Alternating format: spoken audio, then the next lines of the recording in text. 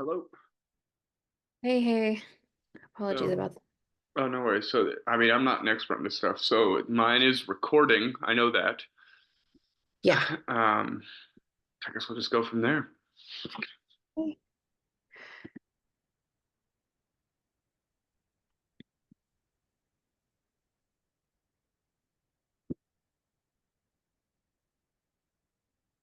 Yay. Apologies for the delay, but I guess we just hit the ground running. We got Yeah, one question now. I'm doing the recording. So, do I send this to Professor Gary after? Does it save? I've never recorded a Zoom meeting before. Yeah, it should save to your desktop and then you'll just upload it directly to this week's async. It's like before you can move on to anything else, you have to upload something, I Okay, believe. cool. Sounds good. Then, yep, let's do this. Perfect. So in entering this decision, I want to keep in mind that a big concern for me is the concern around how quickly our organization has grown and how we need someone who is well versed in the different departments. With that, I have my own personal recommendations, but I think it's important that when we look at these candidates, we keep in mind that we need someone who's really well-rounded. Um, in addition to, being strong chief financial officer. But who are you nominating? Yeah, so I want to nominate Kristen as part of the apprentice program that she was in. She had a rotation in all departments, so she was able to kind of see how the organization worked. I also think the fact that she got her executive MBA 5 years ago, as opposed to 15, 16 plus years ago, with her, the other candidates, is to her benefit. She's aware of the issues in the current market and she has, the most recent up-to-date MBA experience. Okay. So, as Senior VP of Sales, it's extremely important for me that the next CFO uh, champion all the pricing and sales incentives available to the customers. I also believe that the candidate be extremely knowledgeable about the computer industry and is very detail oriented. And so, with that, I would like to nominate Suzanne Valdez. She is currently the VP of Accounting and Controller, reporting directly to the CFO. She's had just a wealth of experience, proven track record as an analyst at Price Waterhouse. She's worked 5 years for IBM and she's held various positions in the accounting division at CP Technologies. On top of that, she has an MBA, 18, and she's had her MBA for 18 years. She's been a CPA for 22 years. Um, and she's completed the leadership program in the company. So she's familiar with our culture and will preserve it. And obviously, she just has knowledge about the industry already. And I think she is the strongest candidate. Compared to Colliard, who also reports to the CFO, I just feel like she Valdez is a stronger candidate based on her tenure with the company. I'll go right. I'll pass it on to Jack. Okay. Thank you. Thank you both. So I personally believe, and let's just get this straight, right? We're not nominating candidates because we want to win. We're nominating candidates because we want who's best for the company, right? So let's get together and make the best decision here. So I'm nominating John Cotter. Um, just to find some common ground with you guys. We all want, like I said, the success for the company. And right now, our company has two problems. So there are big financial decisions to be made that we've been waiting off. We've been holding off until we hire someone. And the other problem is that there's explosive growth, and it's caused division and or friction between the divisions. Um, the way I see it is that all of our candidates are qualified for the first problem, right? We all come from accounting backgrounds. Everyone's got MBAs. Everyone's smart. The problem I see that needs to be addressed is that of the culture. That's why I think John Cotter is the best. So he was on that resolutions committee. He solves problems.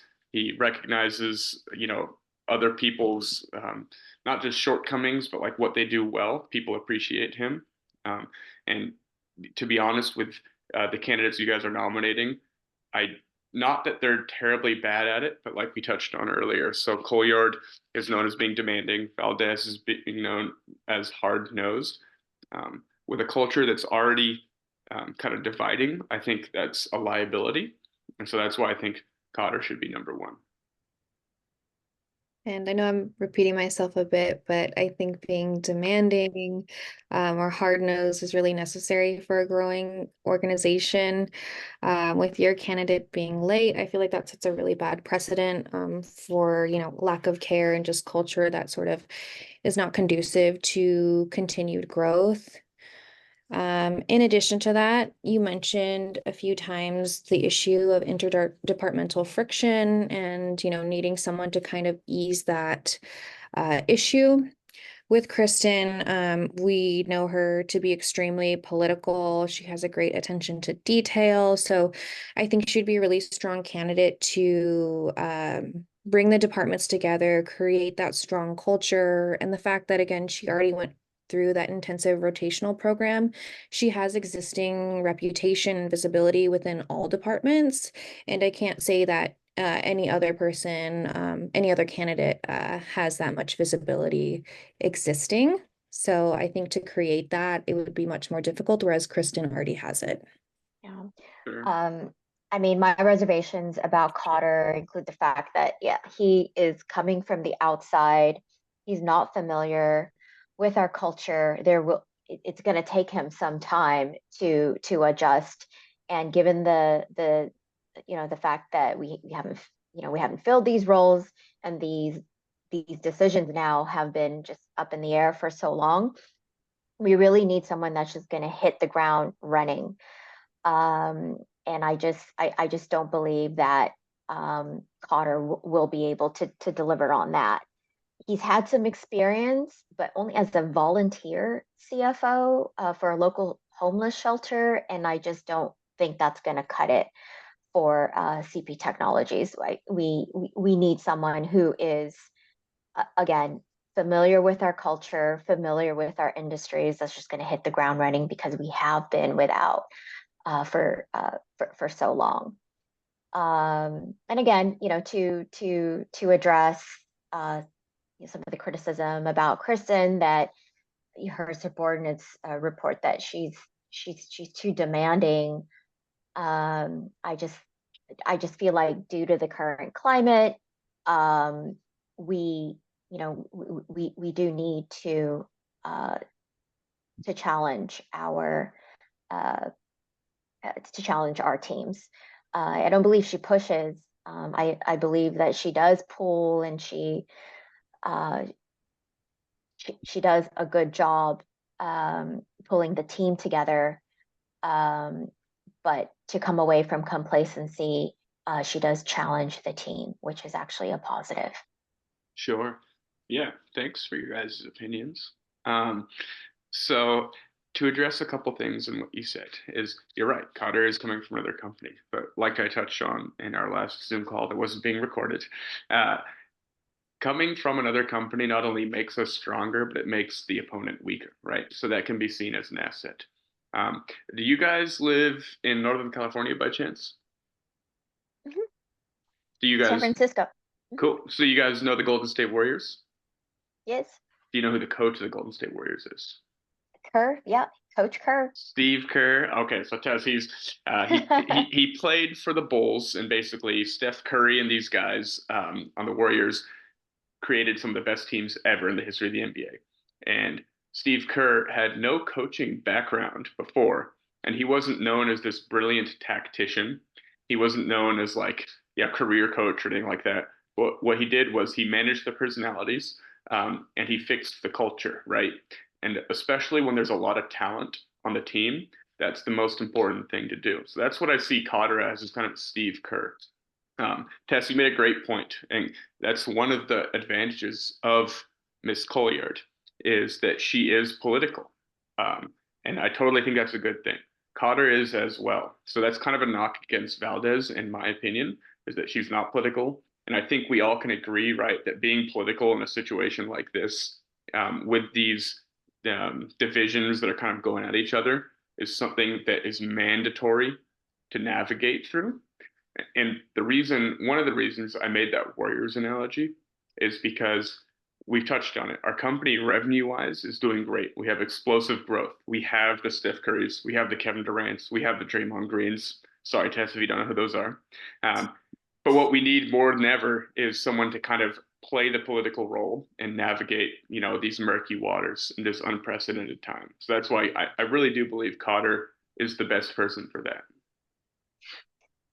Well, to counter that, I heard you say political a few times, and Kristen is the only person that we know to be political. And if I'm going to look at Valdez and Cotter, they both have MBAs, they both are CPAs, but the main difference is that one has a lot more experience within the organization, knows how it runs, which is Valdez, in addition to her having really extensive experience working in this area. She worked at IBM for 5 years. And so I guess I want to question, perhaps create some uncertainty when it comes to Cotter's ability to not only come into a new organization, change the culture, be political, but he also doesn't have that foundation that will potentially set him up for success. Whereas, maybe Valdez does. I thought So, you're rooting for Colliard as your candidate, right? I mean, Collier is, Kristen is my, top candidate, but it sounds like we're already in agreement that she's the most political animal and, uh, at least a first or second candidate, place for, this job. So I think she's just about settled. Uh, I mean, my reservations with Cotter is he's come he's essentially the counterpart of Valdez. He is the vice president of accounting and controller for technology solutions, our competitor. He's also noted as having a habit of being late to meetings, and that to me is just it's a bad sign. I feel like as a vice president, you ought to be prioritizing your team and not coming in late. I don't know if that's a symptom of a bigger problem, but right off the bat, that's just like a non-starter for me. And again, I just want to emphasize that we need someone who's going to hit the ground running. And I just don't believe Cotter will be that person. If anything, if he comes in and makes unpopular decisions, he might create even more divisions within our company and create even more chaos. Okay, so you made some good points. I'd like to clarify a couple things, and I'm actually going to shift my stance a little bit for you guys. So, um, I've heard you both say at different times that because he's coming from a different company, we can't have someone because he's not going to know the culture. But we also all accept that the culture needs help, right? So I think a fresh perspective could be good. But I see your points. And just one more counterpoint too, before I shift my stance officially, is my counterpoint is oh shoot, where was I going with this? Oh yeah, so he's late to meetings. Sorry, I'm back. So he's late to meetings, right? But he was the CFO at a homeless shelter if that's the worst thing about him, that's one of the best people you'll ever meet. He's probably late to meetings because he's saving stray puppies. That's not a terrible thing. I did hear rumors that he saves puppies. Um, so I totally get that you wanted to be punctual, but if at heart he's, that Steve Kerr that's bringing people together, it probably is for a good reason. But here, I do see your guys' points, and this is what I'm going to concede. I see a lot of similarities between Valdez and Colliard. So my new ask for you guys is that I think Cotter should be ranked number 2, and here's why: is because of the similarities between the two. Is if it doesn't work out, I want it on record that Cotter can be next up, because that is my genuine belief, is that we need a culture change and we need an emotional team leader, that Steve Kerr. And so I think that you guys, um, I'll hear your opinions on who you want to be number 1 and who you want to be number 3, but you guys have such similar backgrounds that, those candidates are almost like-minded, right? So that's why Cotter should be number 2.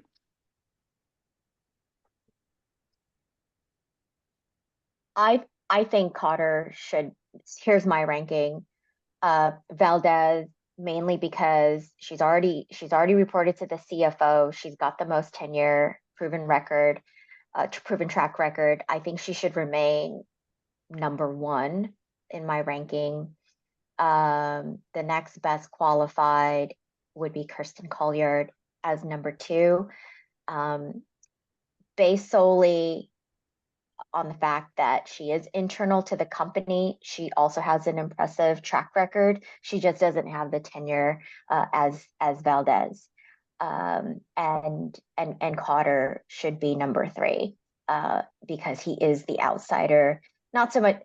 I feel like it's almost like as a last resort, that if we are ineffective at bringing teams together and aligning different teams together, then we could try your strategy, Jack, and go to the outside. But I just don't think that we're there yet.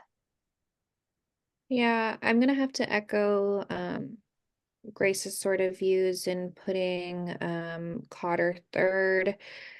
While I know an outside representative could be beneficial for us, I'm not confident in his ability to not only change the culture, but just understand it to begin with. Whereas I have confidence that both Valdez and Colliard are capable of that. In addition to that, I think Kirsten has really great knowledge of how not only the finance department works, she works under the VP of finance and CFO currently, but she also knows how the other departments work. And so I think she would be a real change maker, able to understand how to connect people, who the key players are, and how to just bring everyone together and create that culture much more quickly. Then I think Cotter would be capable to. There's a huge learning curve when you start a new organization, and at this rate, we're growing extremely quickly. We don't have time to train someone and have them play catch up on how the culture currently is and how to fix it moving forward. Yeah, and again, Kirsten, as as the second, runner up, I just feel like she brings in more strengths than Cotter, because she has completed the leadership program fellow uh, in the company. She's worked with various divisions in SIPI technologies over the last 15 years. She's formed those relationships, whereas Cotter would have to essentially start from ground zero. And the risk is he's, as a competitor coming from a competitor company, he may be coming in, but starting that relationship off as an adversary because he's coming from the outside. I haven't fleshed that out yet, but if you're coming from the outside, you may be coming in as an adversary from the get-go. Um, Okay. I definitely understand your guys' opinion. I guess my thoughts while I took some notes down on your arguments. My argument, I guess, against the coming from the outside of the company thing is like the analogy is if your house is built on a foundation of sand, it's okay to start a house like, to bring in a construction guy who will start it on asphalt, right? So you're saying people come from the company, they know the culture. Well, the culture is not great, right? I think we can agree on that. Can we all agree that the culture is not great at this point in time? Um, and I'm looking at, so I wrote down your guys' defenses of your candidates, and they're valid, all of them.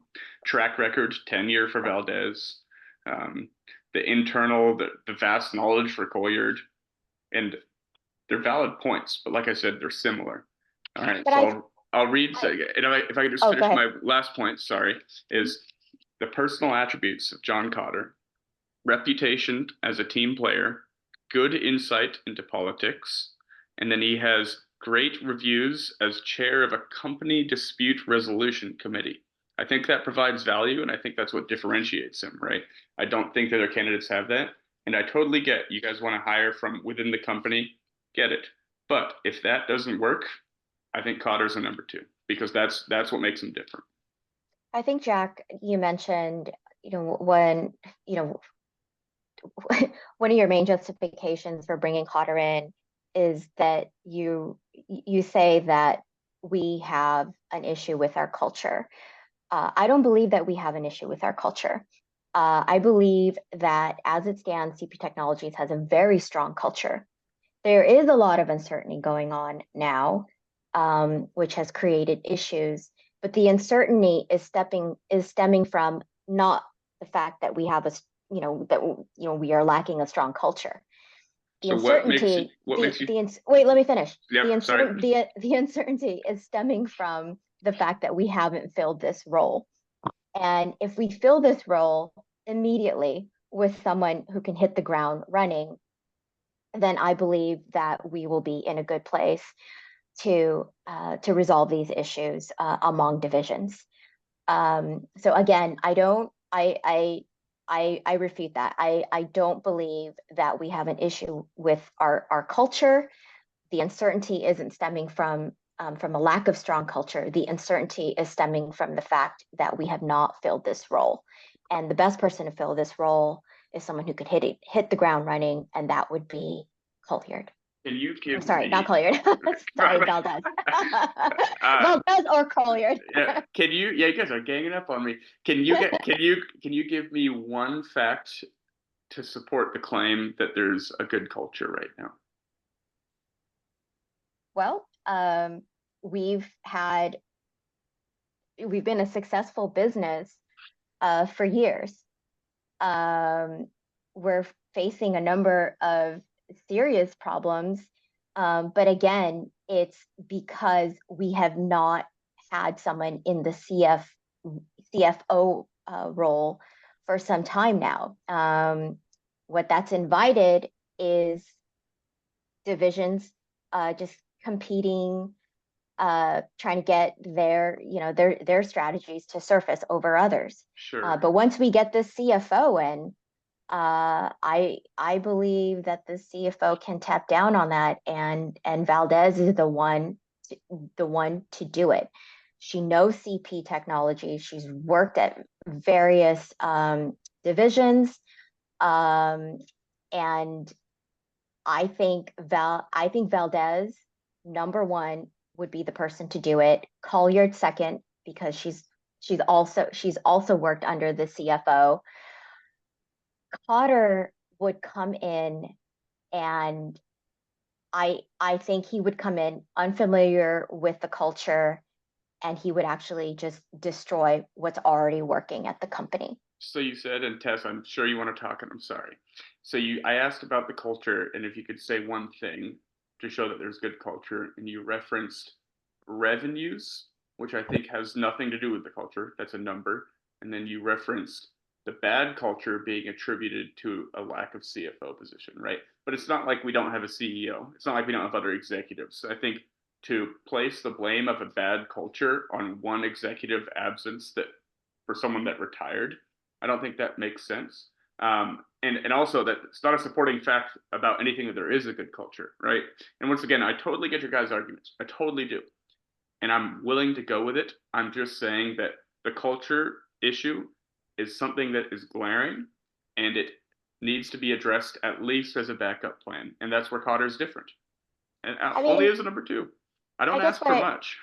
I guess what I wanted to add was that CP technology, so a lot of the uncertainties is also stemming from, again, not the culture, but the growth. We've experienced massive growth, and that's due to our successes. That's due to our ability, our division's ability to execute. We've executed well, and that's why we're experiencing growth. We can't even keep up with the demands. What we need is a strong leader, someone from the inside already familiar with the culture to integrate our organizations across the company and rein everyone in. I And agree. Valdez is the one to do it. I agree. But if So that doesn't work, Cotter. I want to interject really quickly. It seems like we're not agreeing on culture right now. So let's stick to facts only. We know that we need a CFO. We know that they are going to come in here and need to make huge decisions very, very quickly. We also know that we're growing at a rate that we can't keep up with, and we need a CFO to step in and know what to do, be able to make decisions. With that, I want to say, Jack, I think if we were talking about someone who had a year to familiarize themselves, yeah, I would give your candidate a shot. I would maybe even put him in second place as a candidate. But given the fact that we don't know if he's going to be capable of jumping in and making these decisions, I'm not really confident that he'll be capable of doing that and familiarizing himself with the culture, with the people, with the different departments. There's just so many variables, so many uncertainties with him as a candidate and a CFO that I'm hesitant to move forward. So again, sticking to facts, we need someone who's familiar. We need someone who can manage growth, and we need someone who can jump in and make quick decisions, educated decisions without much handholding. All right. So what do you think of the ranking of Valdez 1, Colliard 2, and Cotter 3? Yeah, I could get behind that. Most definitely. I would love to see Colliard in first, just because I do feel that she would be able to navigate the political landscape a bit better.